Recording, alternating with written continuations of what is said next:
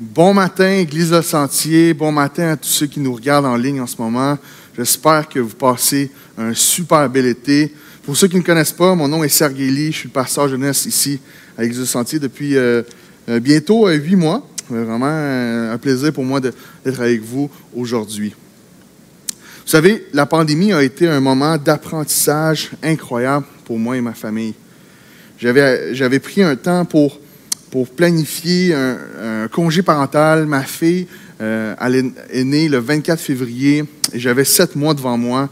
On avait fait un plan de visiter les États-Unis, de visiter nos amis, de visiter nos familles, prendre du temps moins éclairci ensemble. On avait planifié ça jusqu'en septembre. On avait vraiment hâte. Et là, la pandémie est arrivée vers la mi-mars. Et moi, j'ai commencé à prendre la pandémie au sérieux lorsque j'ai vu les matchs de la NBA et de la NHL se faire canceller. Je me suis dit, oh, OK, je pense que ça commence à être vraiment sérieux. Puis la cousine à ma femme était en visite chez nous. Et là, son école a commencé à fermer. Et il restait comme quelques jours encore avec nous. Puis j'étais comme, hey, je pense qu'il faut que tu partes, là. Je pense que les douanes vont fermer. Ça a l'air vraiment trop sérieux. Puis, comme de fait, le lendemain, les douanes sont fermées, mais elle a eu le temps de se rendre aux États-Unis. Vous vous souvenez peut-être encore du début de la pandémie, toute la planète s'est arrêtée. On s'est dit, 2 semaines de repos, ça va faire du bien, ça va être le fun. Et là, je pense que plusieurs ont réalisé à quel point notre joie, notre satisfaction, notre identité était reliée à nos circonstances, à ce qu'on faisait, au sport, à l'école, notre travail. On se retrouvait beaucoup là-dedans. Et là, toutes ces choses-là ont commencé à s'arrêter une après l'autre. Vous savez, moi, j'ai vraiment vécu, je l'ai vraiment eu rough parce que là, bien, j'étais en congé parental, l'église était fermée, mes activités étaient annulées, on ne pouvait pas voir la famille, on ne pouvait pas voir les amis. Là, c'était la famille, les bébés qui pleurent et l'isolement complet.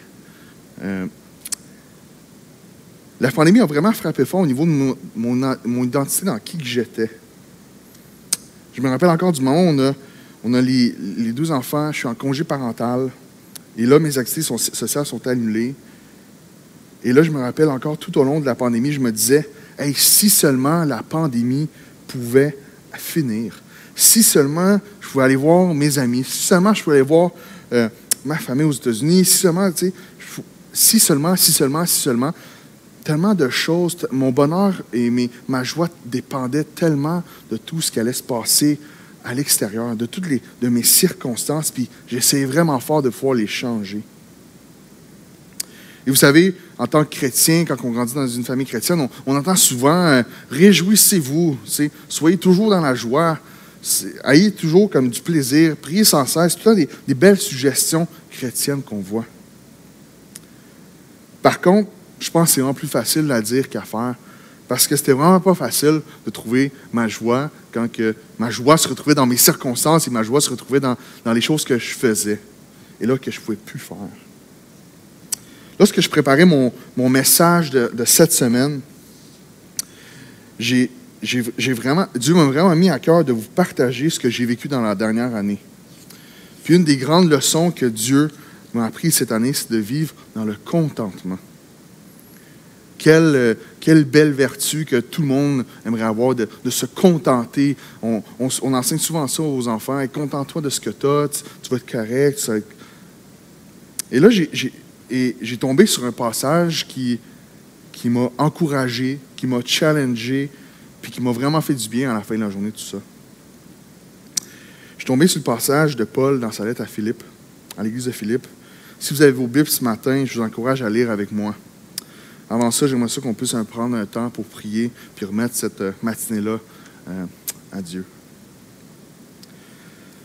Seigneur grand Dieu, je te prie que tu puisses m'aider à partager toutes les merveilles que tu m'as montrées cette année.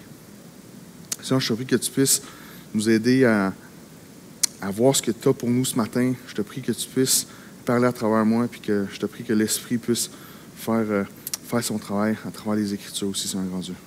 Au nom de ton Fils. Pour vous mettre un peu dans le contexte, Paul a écrit cette lettre lorsqu'il était en prison. Il était en attente d'un procès parce qu'il avait prêché, il avait proclamé l'Évangile dans les rues. Et c'est cette attente-là de ce procès-là, il aurait pu résulter une peine de mort. Donc, c'était vraiment une situation pas facile. Et Paul a écrit cette lettre à l'église de Philippe, aux Philippiens, en réponse de leur cadeau envers le ministère de Paul. Donc, si vous avez vos Bibles, on peut tourner ensemble dans Philippiens 4, 10 à 13. Je me suis profondément réjoui dans le Seigneur, en voyant que votre intérêt pour moi a pu finalement porter de nouveaux fruits. Car cette sollicitude à mon égard, vous l'éprouviez toujours, mais vous n'avez pas eu l'occasion de la manifester. Ce n'est pas le besoin qui me fait parler ainsi, car j'ai appris en toutes circonstances à être content avec ce que j'ai. Je sais vivre dans le dénuement, je sais aussi vivre dans l'abondance. C'est le secret que j'ai appris. M'accommoder à toutes les situations et à toutes les circonstances, que je sois rassasié ou que j'ai faim, que je connaisse l'abondance ou que je sois dans le besoin. Je peux tout grâce à celui qui me fortifie. Le fameux verset de Philippiens 4,13 est l'un des versets les plus populaires chez les athlètes professionnels, soit aux États-Unis ou dans le monde entier. Je peux tout par celui qui me fortifie. Une motivation que les joueurs de foot, de soccer, de basketball vont se dire dans le vestiaire avant de rentrer sur le terrain. Une sorte de pouvoir magique qui allait te permettre de courir plus vite, de foncer plus loin, de résister plus à la douleur, puis de pouvoir remporter ces championnats-là que tous les jeunes, tous les athlètes professionnels désirent. On le voit souvent, et dans les contextes de sport, et moi, lorsque je suis rentré en contact quand j'étais plus jeune à ce verset-là, c'était une motivation que j'avais lorsque j'allais dans mes matchs et tout ça. Mais là, lorsque je lis ce passage-là dans un contexte de pandémie en isolement, je me dis, wow, il y a quelque chose que Paul a compris, il y a quelque chose que Paul a appris que j'ai manqué. Parce que la façon que je le vois, c'est que Paul est en train de souffrir. La situation de Paul en ce moment, c'est Paul est en détresse. Paul, il dit au verset plus loin, c'est « Pourtant, vous avez bien fait de prendre part à ma détresse » au verset 14. Paul, ça faisait 2 ans qu'il était en prison, il est en train de souffrir. Et les prisons, à l'époque, c'était pas super beau et super joli, là. Tu étais souvent isolé, tu étais souvent ignoré même par tes amis ou ta famille parce que s'associer avec un prisonnier, c'était vraiment mal vu par la société. Et là, Paul se retrouve en prison et l'église de Philippe vient prendre soin de lui. Vient prendre de ses nouvelles et lui-même l'amène un cadeau. Et c'était l'une des raisons pourquoi Paul écrivait cette lettre-là, c'était pour les remercier. C'était une lettre personnelle à l'église de Philippe. C'est Paul, dans ce verset-là, au verset 13, avec ce passage-là, il vient vraiment donner tout un sens. J'ai vraiment redécouvert ce verset-là quand je l'ai lu dans tout son contexte. Paul donne le sens au verset 13 dans les versets avant, dans le « je peux tout ». C'est qu'est-ce qu'on peut faire? C'est quoi que je peux faire par celui qui me fortifie? C'est-tu de courir des 100 verges sans m'essouffler? C'est-tu de faire des 3 points puis de performer à la hauteur que j'ai toujours rêvé? Parce que qu'est-ce qu'on regarde ici, c'est que Paul peut tout faire grâce à celui qui l'a fortifié. C'est comme si quelqu'un lui demandait à Paul, comment tu peux être aussi satisfait et content malgré tout ce que tu vis? Et Paul, d'une réponse simple, peut dire, ben, je peux tout par celui qui me fortifie. Et la lettre de Philippe, au début de sa lettre, il met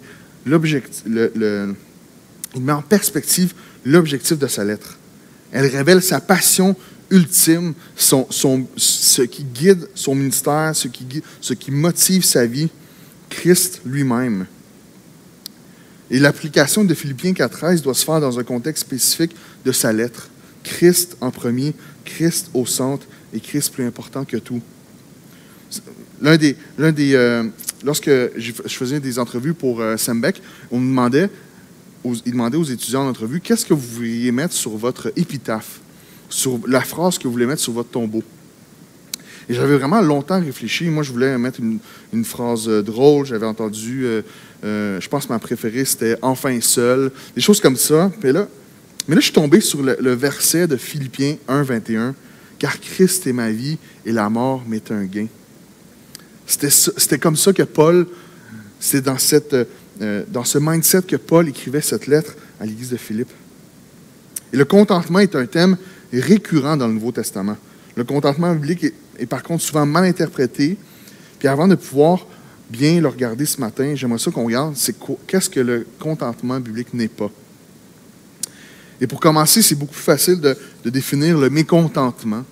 Vous savez, peut-être ce matin, en vous levant, en arrivant ici à l'église, tantôt dans l'auto avec les enfants, vous avez peut-être démontré du mécontentement.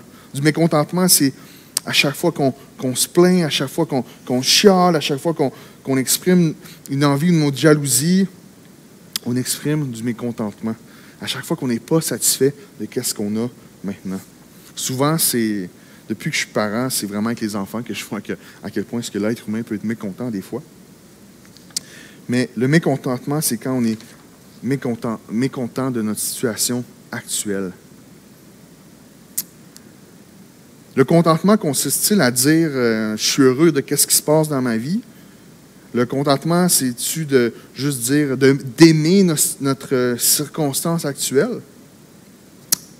Pas nécessairement. Ce n'est pas exactement ce dont Paul parlait. Voyons si on peut clarifier ensemble. Souvent, on pense que le contentement est un état stoïque, est quelque chose de... excusez-moi, le contentement, je crois, n'est pas le fait d'être stoïque seulement. Là. Paul ne nous dit pas d'être stoïque. Être stoïque, c'est contrôler son esprit de telle sorte que la souffrance et la douleur ne nous viennent pas à la conscience. De se détacher émotionnellement de tout ce qui se passe autour de nous, puis, dans un sens, ne pas avoir aucune émotion à ce qui se passe dans notre situation. C'est comme un peu j'avais vu ça, on a vu, souvent au cirque, on voit ça, c'est pas des magiciens, là, mais des gens qui se couchent sur des lits de clous, puis là, on pense qu'il y a comme une souffrance, mais ils essayent vraiment fort de se détacher complètement de cette souffrance-là. Mais le contentement que Paul est en train de vivre ici, c'est pas ça.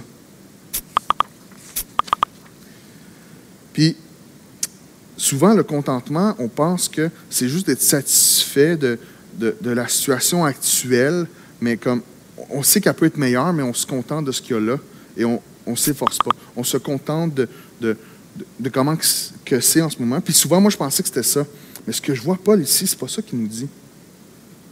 Il ne nous dit pas non plus que si l'on peut aller plus loin, que nous devons nous contenter des choses de notre vie qui sont moins bonnes que qu'est-ce qu'elles devraient être.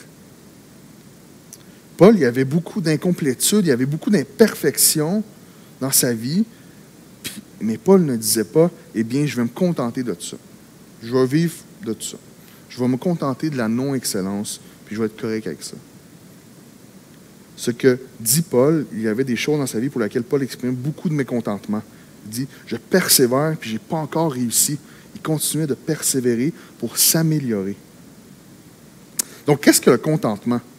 Vous vous demandez peut-être pourquoi nous devons prendre le temps de définir. N'est-ce pas évident? Le contentement, c'est d'être satisfait de sa vie, c'est d'être satisfait de la vie, de ce qu'on a. Mais c'est tout à ce quoi vous pensez quand vous pensez au contentement. Vous pouvez être tenté de considérer le contentement d'une manière passive. Bon, c'est ça qui est ça, puis je suis bien là-dedans, je suis correct avec ça, je vis bien comme ça. Puis souvent, c'est comme ça qu'on le voit.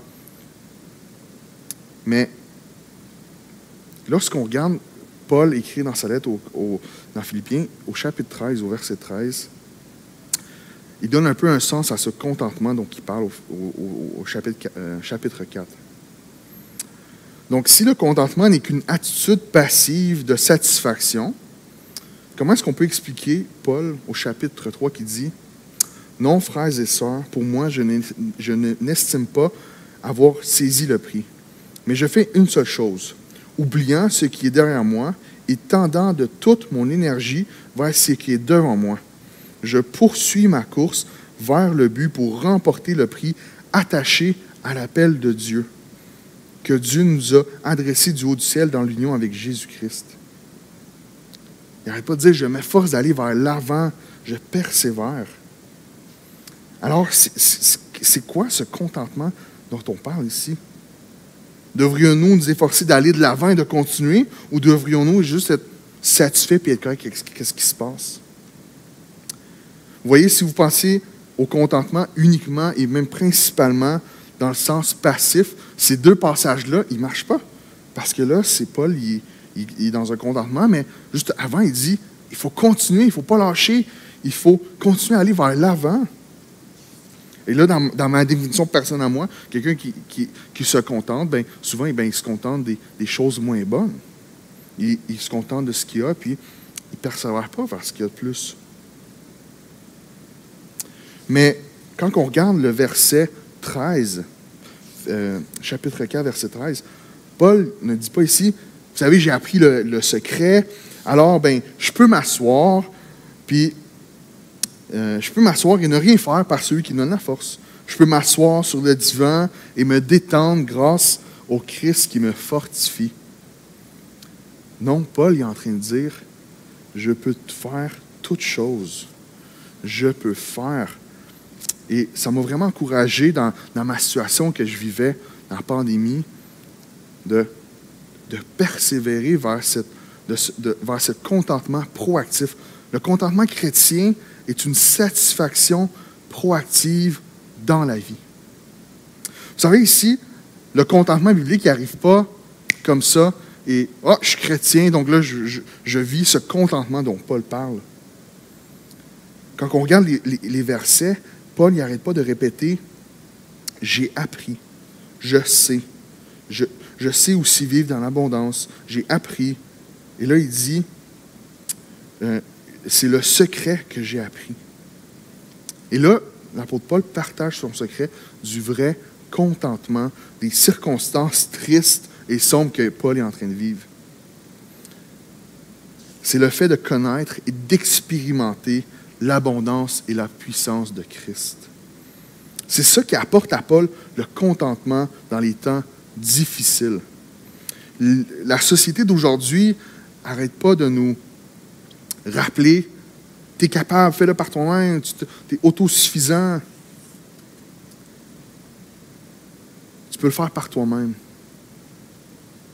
Et l'apôtre Paul, ce qu'il affirme ici, c'est que la puissance de Christ est rendue parfaite dans sa propre faiblesse. Le contentement chrétien n'est pas de l'autosuffisance, mais c'est la suffisance de Christ dans toutes les situations. Ce n'est pas un verset, ce n'est pas une formule magique de dire « je peux tout par celui qui me fortifie », qui va pouvoir me donner le pouvoir de changer mes circonstances, mais plutôt de m'appuyer sur la puissance de Dieu pour être satisfait au milieu de circonstances que l'on ne peut pas changer. Le verset, il dit que nous pouvons être satisfaits en toutes circonstances. En toute situation, je peux trouver ma satisfaction en Christ. Vous savez, Christ n'a pas seulement payé le prix de notre péché, mais il a payé le prix de notre mécontentement. Il a payé le prix de notre propre suffisance. De notre propre suffisance à gagner notre propre ciel, à gagner notre propre salut souvent. Et c'était ça que moi, j'essayais de faire tout au long de la pandémie. Ah, si seulement ça pouvait arriver, ah là, je serais vraiment heureux. Ah, si ça pouvait changer, hey, là, je serais vraiment heureux. Là, je serais vraiment satisfait. Mais Dieu, il m'a vraiment aidé à trouver le vrai contentement en lui. Vous savez, toute ma vie, depuis que je suis jeune, la façon que ma tête fonctionne, c'est lorsque je regarde un système, lorsque je vais dans les restaurants et je regarde la façon qu'ils font leur coordination, leur logistique, Ma tête, elle roule tout le temps à dire, OK, comment est-ce que je peux faire ça mieux? Comment est-ce que je peux faire ça mieux? Partout dans toutes mes situations, et sincèrement, c'est une force puis c'est une faiblesse en même temps, parce que j'ai souvent la misère à me contenter de ce que Dieu m'a donné. Et j'avais tout le temps cette pression-là de mécontentement que j'avais dans ma vie. Mais là, cette année, j'ai vraiment dû apprendre, pas juste à trouver mon contentement dans les choses que je peux contrôler, mais le vrai contentement que Paul est en train de vivre ici. Notre péché du mécontentement, c'est de dire à Dieu que je peux faire les choses sans toi, que je peux pouvoir arriver à me combler par moi-même en contrôlant mes circonstances. Mais Jésus n'a pas seulement payé le prix de notre mécontentement, mais il donne le pouvoir de nous contenter vraiment. Que je peux maintenant trouver une satisfaction suffisante dans mon cœur par la grâce de Christ qui est en moi. Bien que, c'est ça que Paul, je pense, est en train de nous dire ici, c'est que bien que je n'ai pas les conforts extérieurs, bien que ce n'est pas la situation parfaite pour mon ministère, j'ai cependant une portion suffisante entre Christ et mon âme pour me satisfaire abondamment dans toutes les situations. Donc, ce matin, vous pouvez peut-être vous demander, Sergueï, pourquoi est-ce que je devrais vivre le contentement que Paul est en train de vivre en ce moment? On devrait vivre le contentement car en Christ, nous avons tout ce que nous avons de besoin.